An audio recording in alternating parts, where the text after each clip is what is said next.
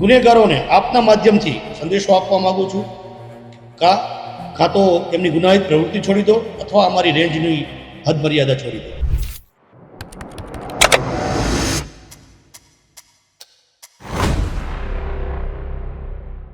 6 માર્ચે ગુજરાત સરકારે 37 આઈપીએસ અધિકારીની બદલી કરી, પરંતુ ચર્ચા નિર્લિપ્ત રાયની જ થઈ.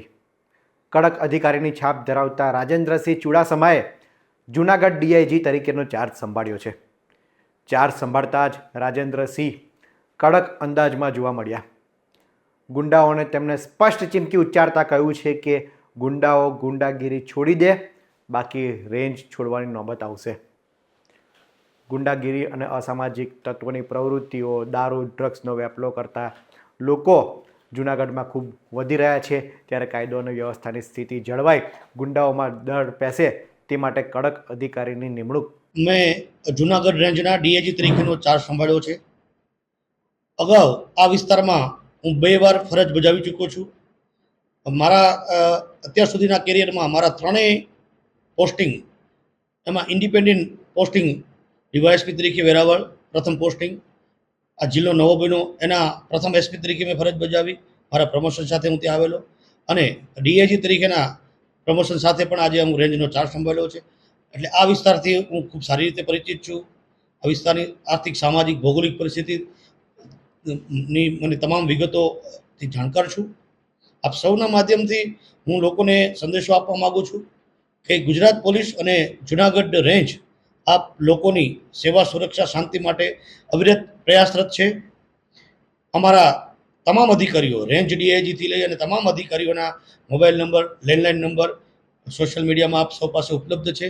એ કોઈ પણ અસામાજિક પ્રવૃત્તિમાં થતી હોય કે કોઈ પણ ગુનાહિત પ્રવૃત્તિ થતી હોય, કોઈ પણ નાગરિક અમારો સીધો સંપર્ક કરી શકે છે. ગુનેગારોને આપના માધ્યમથી સંદેશો આપવા માગું છું કાં તો એમની ગુનાહિત પ્રવૃત્તિ છોડી દો અથવા અમારી રેન્જની હદ મર્યાદા છોડી દો. સામાન્ય નાગરિકો ખૂબ સુખ શાંતિથી રહી શકે, એ લોકોની સલામતી એ અમારું પ્રથમ લક્ષ્ય છે.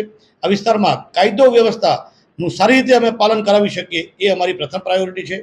અને લોકોને પણ મારી વિનંતી છે કે જે રીતે પોલીસ પ્રજાનો મિત્ર છે, પોલીસ પ્રજા માટે છે, એવી રીતે પ્રજા એટલે નાગરિકો પણ અમને ખૂબ સારી રીતે સપોર્ટ કરે.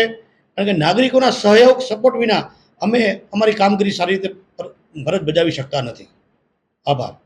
સર, તો એને લઈને મોડિફિકેશન છે કે નવું શું આવી રહ્યું છે આપ એમાં કમિટીમાં? જી, હું છેલ્લા ઘણા વર્ષથી ગુજરાત પોલીસના માઉન્ટેડ યુનિટના અશ્વ ખરીદી કમિટીનો સભ્ય છું. સરકારશ્રી ખૂબ સુંદર ગ્રાન્ટ આપે છે અને સરકારશ્રીનો એક અભિગમ છે કે ડાયરેક્ટ અશ્વપાલક, હોર્સ બ્રીડર પાસેથી જ અમારે ખરીદી કરવાની. અમે છાપામાં જાહેરાત આપીને કેમ્પ કરીએ છીએ અને 1 to 1 કે જેથી વચ્ચે કોઈ મીડિયેટર નહીં અને એમને સારા, અને એના કારણે ખાસ કરીને આપણી લોકલ બ્રીડ છે, કાઠિયાવાડી મારવાડી બ્રીડ, એને આપણે સારી રીતે એનું સમાનન થઈ શકે અને એ બ્રીડને એક સારી કક્ષાએ પહોંચાડી શકીએ. અને સરકારશ્રીના જે ગુજરાત પોલીસમાં જે અશ્વો લેવાના છે એની સ્ટ્રેન્થ અમે લગભગ પૂરી કરી છે.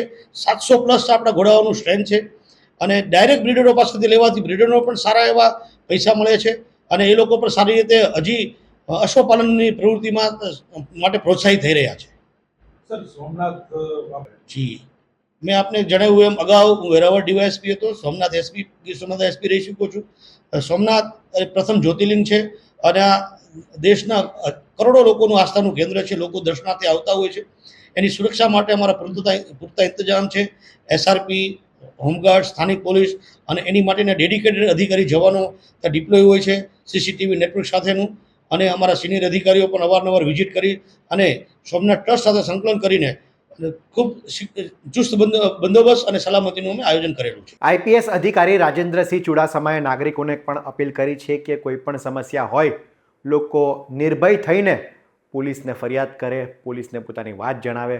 પોલીસ એ નાગરિકોની સુખાકારી માટે છે અને યોગ્ય ઉકેલ માટે પોલીસ પ્રયાસ કરશે. આ ઉપરાંત રાજેન્દ્રસિંહ ચુડાસમાની વાત કરીએ તો તેઓ આ વિસ્તારથી પરિચિત જ છે. અગાઉ પણ તેમણે આ વિસ્તારમાં અને નજીકના વિસ્તારમાં અલગ અલગ અધિકારી તરીકેની ફરજ બજાવી ચૂક્યા છે. ત્યારે આગામી સમયમાં રાજેન્દ્રસિંહ ચુડાસમાની કામગીરી કેવી રહેશે, ગુનાખોરીને તેઓ કાબૂમાં લાવે છે કે કેમ, કે વિસ્તારમાં ગુનાખોરી કેટલા પ્રમાણમાં અંકુશમાં આવે છે તે જોવું રહ્યું.